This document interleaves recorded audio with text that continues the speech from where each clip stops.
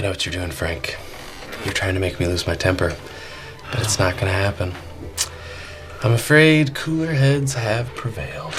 You're the devil!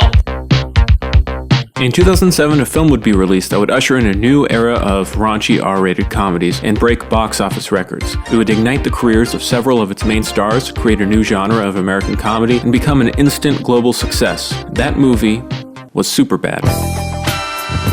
It's hard to overstate the general success and positive reception of Superbad. To this day, video essays sing its praises, critics recall it fondly, and for many of its actors, they will always be remembered for it. But I'm not here to talk about Superbad. I'm here to talk about its disturbed, unloved little brother. The film released mere weeks before Superbad stormed theaters. I'm here to talk about Hot Rod.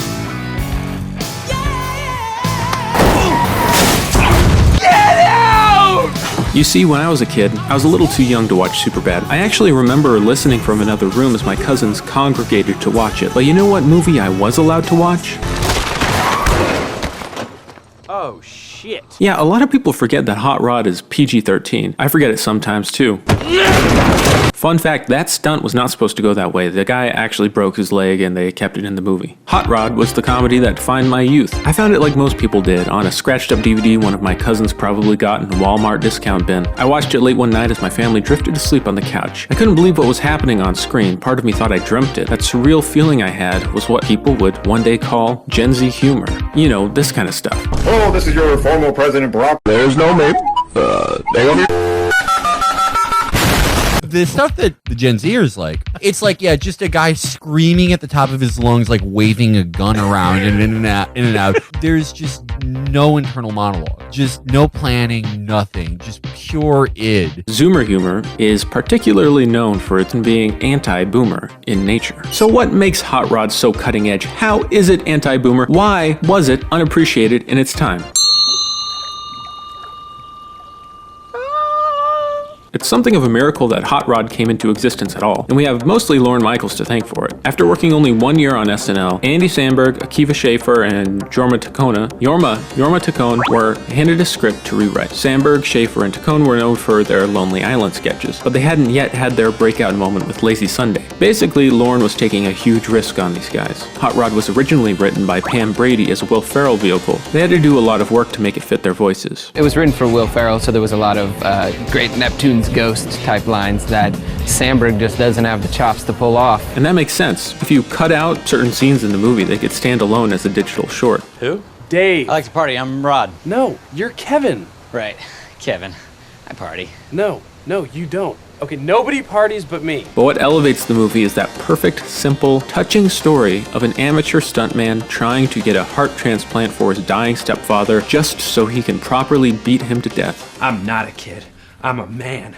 I am gonna get you better, and then I'm gonna beat you to death! You couldn't beat a drum. I mean, the story itself is hilarious, which gave the Lonely Island guys free rein to be as stupid as possible. We have a long history of people fake pitching things, and then we say, yes, we're definitely doing that. Akiva does it a lot, like we get a lazy pitch and we say, oh yeah, that's perfect, put it in. There's no real rhyme or reason to a lot of the stuff in the movie, yet it's not random. It's almost like there's a logic of random. There's a perfect balance that has to be struck.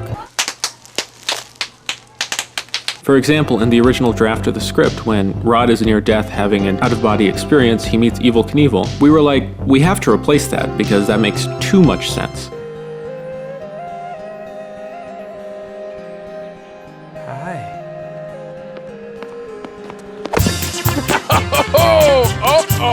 You know, one of the high points in the movie happens immediately after the inciting incident. Without warning, the movie becomes the greatest Footloose parody of all time. Rod, are you okay? I need to go to my quiet place.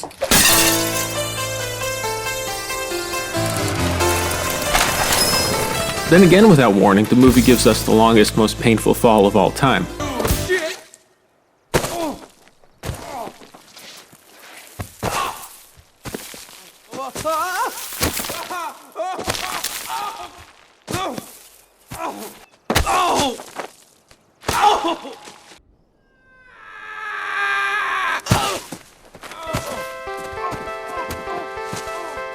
So what can we learn from that scene? Pretty much nothing. It is the essence of Gen Z humor. While other shows and movies have done this type of comedy, no one has made a movie that so perfectly thrives off of this bullshit, that maintains this tone while also telling a genuinely funny narrative. The reason I think this type of nonsense humor is so enjoyable to the youths of today, it's because we live in a world of non-stop information, non-stop calculations, and non-stop connectivity. Gen Z humor is like watching a brain short-circuiting. It's complete freedom from analysis. That's why I love Hot Rod. Something about this movie just reminds me of happier times. It's a funny story with a bunch of nonsense in it, and that's just fucking great, you know? There's just nothing better than that sometimes. It sure as hell doesn't get enough recognition.